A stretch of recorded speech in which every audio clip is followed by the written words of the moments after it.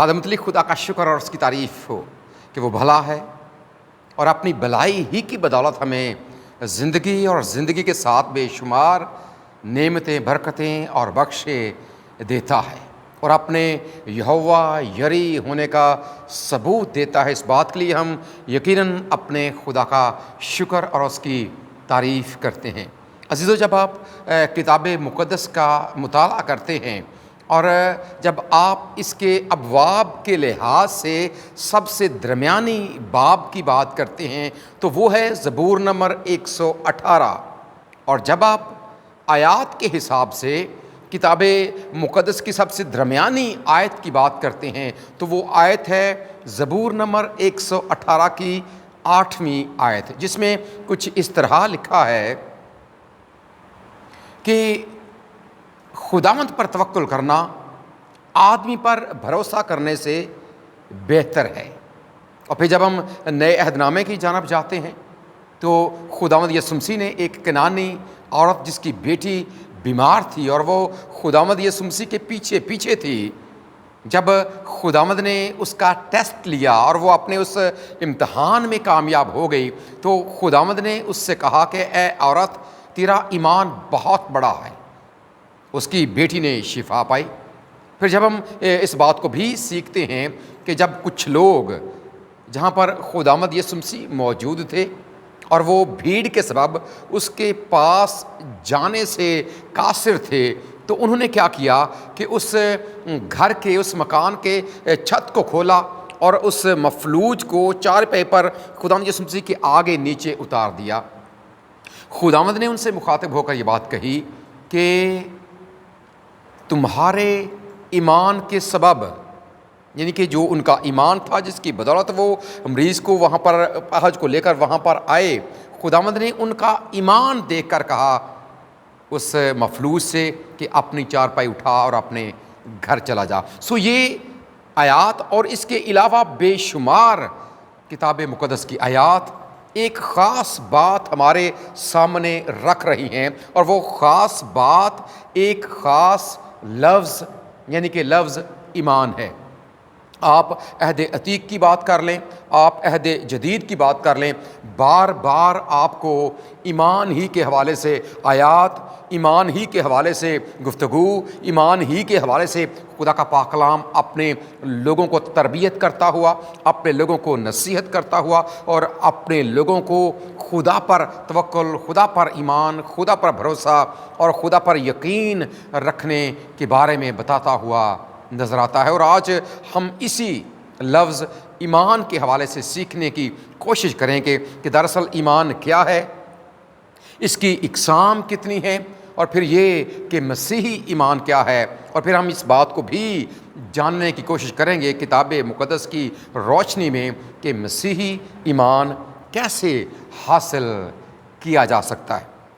جب ہم یاد رکھیں کہ لفظ ایمان کی بات کرتے ہیں تو یہ دراصل عربی زبان کا لفظ ہے، اور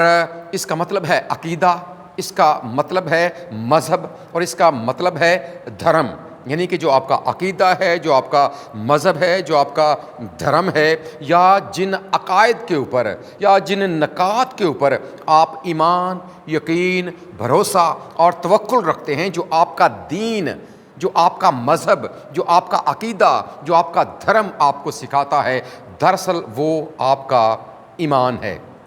جب ہم اسی لفظ کو انگلش میں یاد رکھیں، پڑھنے کی کوشش کرتے ہیں، انگلش ڈکشنری میں اس کو سیکھنے کی کوشش کرتے ہیں تو اس کا مطلب ہے بیلیف،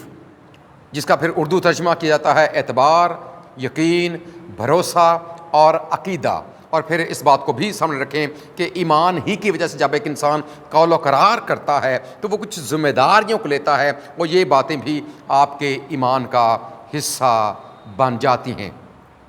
اور خدا کا بندہ جو قاموس الکتاب کا مصنف ہے وہ ہمیں اس بات کی جانب لے کر آتا ہے، کیونکہ جب ہم اس میں سے ایمان کے حوالے سے سیکھنے کی کوشش کرتے ہیں جہاں پر بہت سے حوالہ جات، جہاں پر بہت سی پاک کلام کی آیات وہ ہمارے سامنے رکھتا ہے، وہیں پر وہ اس بات پر زور دیتا ہے کہ ببلکل فیتھ کو سیکھنے کے لیے، بائبلی ایمان کو جاننے کے لیے یہ ضروری ہے کہ ہم اس کے الفاظ پر، یعنی کہ جو اس کی بناوٹ ہے، ہم اس پر غور کریں۔ اور اس بات کو ہمیں کبھی نہیں بھولنا چاہیے کہ اردو زبان میں استعمال ہونے والا لفظ ایمان دراصل یہ عربی لفظ ہے، اور یہ عربی لفظ اصل میں یہ عبرانی سے عربی میں آیا ہے۔ عبرانی میں اس بات کو جب ہم سمجھ لیتے ہیں تو پھر ہمیں یہ پتہ چل جاتا ہے کہ دراصل ایمان ہے کیا۔ اور اس کے حوالے سے جب ہم یاد رکھیں عبرانی زبان کی طرف رجوع کرتے ہیں، اور عبرانی زبان کے حوالے سے جو لوگ اس کے بارے میں جانتے ہیں یا کبھی انہوں نے اس کے بارے میں غور کیا ہے یا اس کو سیکھنے کی کوشش کی ہے، ہمیں اس بات کا علم ہے کہ جو عبرانی زبان کے ہجے ہیں، ہر ہجے کا ایک الگ سے مطلب ہے۔ ہجا اپنی جگہ پر وہ ایک ہجا بھی ہے، اپنی جگہ پر وہ ایک سپیلنگ بھی ہے، لیکن اپنی جگہ پر وہ ایک مکمل لفظ بھی ہے، اور اس کی ایک علامت بھی ہے، اور اس کا ایک مکمل مطلب بھی ہے۔ جب ہم ان باتوں کو ذہن میں رکھتے ہوئے، اپنے سامنے رکھتے ہوئے جب ہم لفظ ایمان پر غور کرتے ہیں تو اس کے لیے جو عبرانی لفظ استعمال ہوا ہے وہ ہے ایمونا۔ اور ایمونا کے دراصل 3 بنیادی روٹ ورڈ ہیں جو عبرانی زبان میں استعمال ہوئے ہیں، جن میں سب سے پہلا لفظ الف ہے، دوسرا لفظ میم ہے، اور تیسرا جو لفظ ہے وہ نون ہے۔ اور جب آپ ان تینوں کو اکٹھا لکھتے ہیں جو لفظ بنتا ہے دراصل وہی لفظ ایمان ہے۔ اور جب آپ ان الفاظ کو الگ الگ، چونکہ ہم نے پہلے یہ بات کی کہ ان کا الگ سے بھی ایک مطلب ہے، الف کی جب آپ یاد رکھیں عبرانی الف کی بات کرتے ہیں تو عبرانی الف کی جو علامت ہے وہ تو سانڈ ہے، یعنی کہ سینگوں والا جو بیل ہے وہ اس کی علامت ہے، اور اس کو جو مطلب ہے وہ ہے طاقت یا طاقتور، یعنی کہ جو پہلا لفظ ہے وہ ہے طاقت، اور دوسرا لفظ اس کے لیے استعمال ہوا ہے وہ ہے میم، اور میم کی جو علامت ہے وہ چلتا ہوا پانی ہے، یعنی کہ پانی کی لہریں اس کی علامت ہیں، اور یہ اس کے بارے میں کہا جاتا ہے کہ یہ زندگی کی علامت ہیں۔ یعنی کہ جو الف لفظ ہے وہ طاقت کے لیے، جو میم لفظ ہے وہ زندگی کے لیے استعمال ہوتا ہے، اور جو تیسرا لفظ اس کے لیے استعمال ہوا ہے وہ ہے نون، اور نون کی جو علامت ہے وہ پانی کے اندر تیرتی ہوئی مچھلیاں ہیں۔ اور اس کے بارے میں کہا جاتا ہے، یعنی کہ جو اس کو اس مطلب جب ہم اس کا سیکھنے کی کوشش کرتے ہیں تو اس کا مطلب جو بیان کیا جاتا ہے، جو اس کے معنی بیان کیے جاتے ہیں وہ یہ زندگی کے حوالے سے بھی ہے اور زندگی کی افزائش کے حوالے سے بھی ہے۔ جب آپ ان تینوں ہجوں کو، تینوں الفاظوں کو یا تینوں علامتوں کو جب آپ اکٹھے رکھ کر اس بات کو پھر سیکھنے کی کوشش کرتے ہیں کہ دراصل جو ببلکل فیتھ ہے یا جو بائبلی ایمان ہے وہ کیا ہے، تو پھر آپ کے سامنے یہ بات آ جاتی ہے کہ دراصل جو بائبل کا ایمان ہے وہ ہمیں مضبوط بھی نظر آتا ہے، وہ ہمیں زندگی دیتا ہوا بھی نظر آتا ہے، اور وہ ہمیں زندگی میں آگے بڑھتا ہوا بھی دیکھنا چاہتا ہے، یا زندگی میں وہ آگے بڑھتا بھی ہے، یعنی کہ وہ زندہ ایمان ہے، مردہ نہیں ہے۔ یہ باتیں یا یہ جو الفاظ ہیں وہ ہمارے سامنے اسی بات کو رکھتے ہیں، اور اس بات کو بھی ہمیشہ ہمیں ذہن میں رکھنا چاہیے کہ جو بائبلی ایمان کی جب ہم بات کرتے ہیں تو یاد رکھیں اس میں وفاداری کا عنصر موجود رہتا ہے، یعنی کہ ایمانداری کا آپ جو مترادف لفظ اس کے لیے استعمال کر سکتے ہیں، اور جب آپ استثناء کی کتاب کے 32ویں باب کی 4 آیت کو پڑھتے ہیں، یا پھر جب آپ 36ویں زبور کی 5ویں آیت کو پڑھتے ہیں تو وہاں پر آپ کو خدا کے حوالے سے بھی یہ بات لکھی ہوئی ملتی ہے کہ جو خدا ہے وہ وفادار خدا ہے، اور جب خدا وفادار ہے، اور وہاں پر خدا کی مضبوطی کے حوالے سے بھی کچھ علامتیں، یعنی کہ چٹان کے طور پر ہمارا خدا ہمیں نظر آتا ہے۔ یہ بات یاد رکھیں کہ جب ہم کسی ایماندار کی بات کرتے ہیں یا خود اس بات کے دعوے دار ہوتے ہیں کہ ہم ایماندار ہیں، تو اس کا مطلب یہ ہے کہ ہماری زندگی کا جو رویہ ہے وہ ہمارے خدا کے ساتھ وفاداری کا رویہ ہے، اور یہی دراصل یاد رکھیں جو ہے وہ بائبلی ایمان ہے۔ جب ہم اس بات کو مزید آگے سیکھنے کی کوشش کرتے ہیں کہ مسیحی ایمان کیا ہے، یا جب آپ نئے عہد نامے میں یہ بات یاد رکھیں جاتے ہیں، اور نئے عہد نامے میں آپ کو پتہ ہے کہ یہ یونانی زبان میں لکھا گیا ہے، اور یونانی زبان میں اس کے لیے لفظ پستس استعمال کیا گیا ہے، جس میں وفاداری کا عنصر ہمیں بالکل نمایاں نظر آتا ہے۔ اور عبرانیوں کا مصنف اس بات کو ہمارے سامنے رکھتا ہے کہ جو ایمان ہے وہ دراصل اندیکھی چیزوں کا ثبوت ہے، یعنی کہ ہم ایسی باتوں کے اوپر ایمان رکھتے ہیں، یا ایسے کاموں کے اوپر ایمان رکھتے ہیں، یا ایسے خدا کے اوپر ایمان رکھتے ہیں جو اندیکھا خدا ہے، اور جو آئندہ آنے والی چیزیں ہیں جو بظاہر ہمیں نظر نہیں آتی، اور جن کا وعدہ ہمارے خدا نے ہمارے ساتھ کیا ہے، یقیناً وہ حقیقت پر مبنی ہیں۔ بے شک ہم نے اپنے آنکھوں سے ان کو نہیں دیکھا، لیکن ہمیں پتہ ہے کہ یہ حقیقت پر مبنی ہے، اور یہ دراصل جو آپ کو جو بات اس بات کا یقین دلاتی ہے،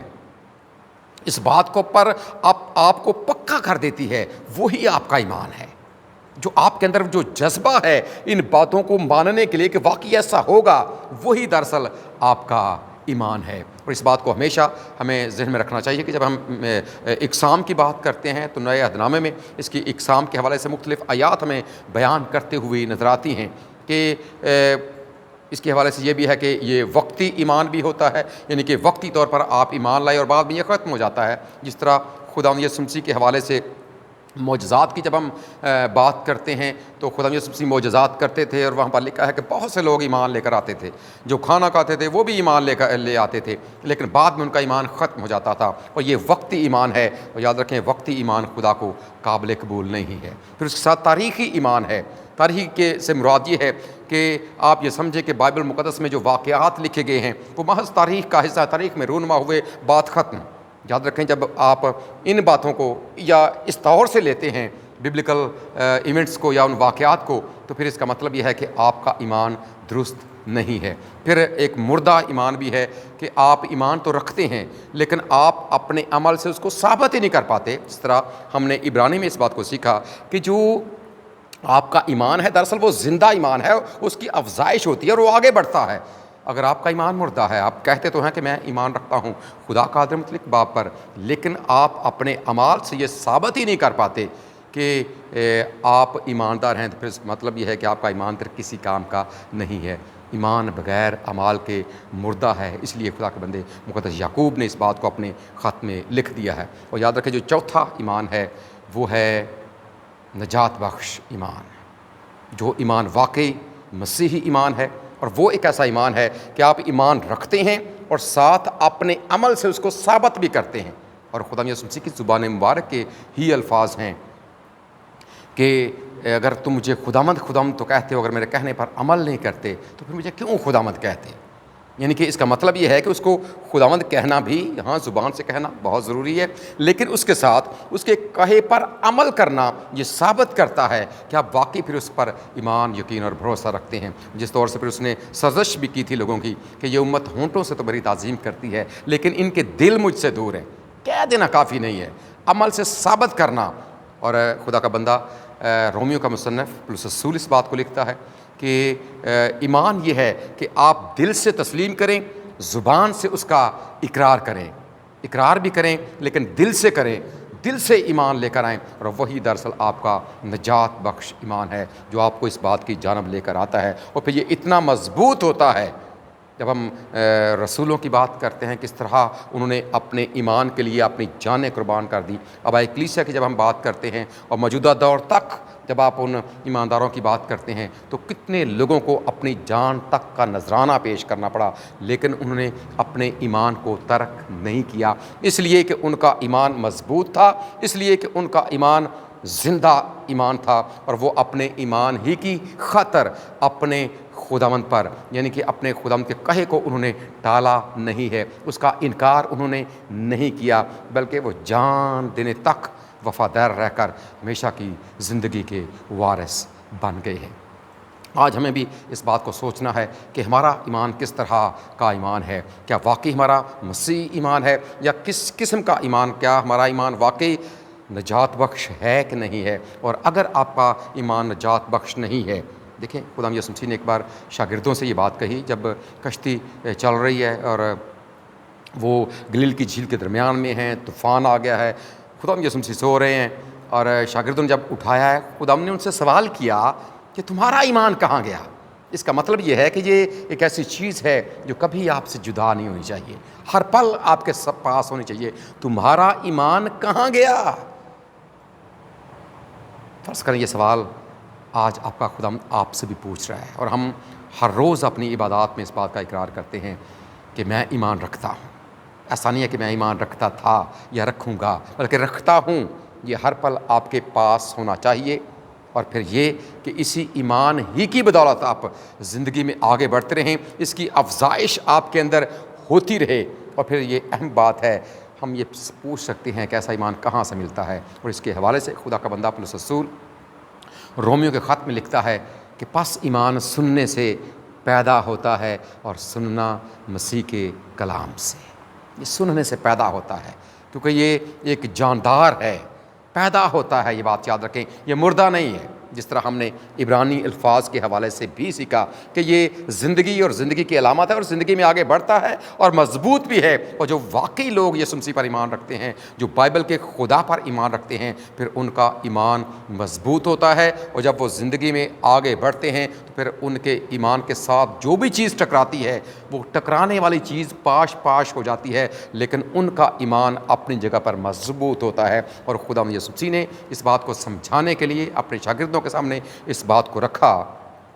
کہ عقل مند شخص وہ ہے جو اپنے گھر کی بنیاد چٹان کے اوپر رکھتا ہے، بے وقوف وہ شخص ہے جو اپنے گھر کی بنیاد ریت کے اوپر رکھتا ہے۔ جب چٹان کے اوپر بنایا گیا گھر، طوفان آئیں گے، آندھیاں آئیں گی، ٹکرائیں گی، پیچھے مڑ جائیں گی، گھر کو کچھ نقصان نہیں ہوگا۔ لیکن اگر ریت پر بنیاد ہے، آندھیاں طوفان آئیں گے، گھر برباد ہو جائے گا۔ اور ہم نے اپنے ایمان کی بنیاد ایمان کے بانی اور کامل کرنے والے خداوند یسوع مسیح پر رکھنی ہے، تاکہ جب دنیا میں طوفان آئیں، مصیبتیں آئیں، پریشانیاں آئیں، یا ہمیں کو ہمارے ایمان سے ہٹانا چاہے، تو ہم اپنے ایمان سے نہ ہٹیں، بلکہ اپنی جگہ پر اٹل اور مضبوط بنے رہیں، بلکہ جو آنے والے طوفان ہیں ہم سے ٹکرا کر وہ پاش پاش ہو جائیں۔ اور وہ اسی صورت میں ممکن ہوگا جب ہم اپنے ایمان پر قائم رہیں گے، ایمان کے بانی اور کامل کرنے والے خداوند یسوع مسیح کو تکتے رہیں گے، اور پھر اسی ایمان کی بنیاد پر ہم ہمیشہ کی زندگی کے وارث بھی بنیں گے، جس کے حوالے سے خدا کے بندے یوحنا رسول نے لکھ دیا کہ خدا نے دنیا سے ایسی محبت رکھی کہ اس نے اپنا اکلوتا بیٹا بخش دیا، تاکہ جو کوئی اس پر ایمان لائے وہ ہلاک نہ ہو بلکہ ہمیشہ کی زندگی پائے۔ ہمارا خدا اس پیغام کے وسیلے سے ہم سب کو برکت بخشے، آمین۔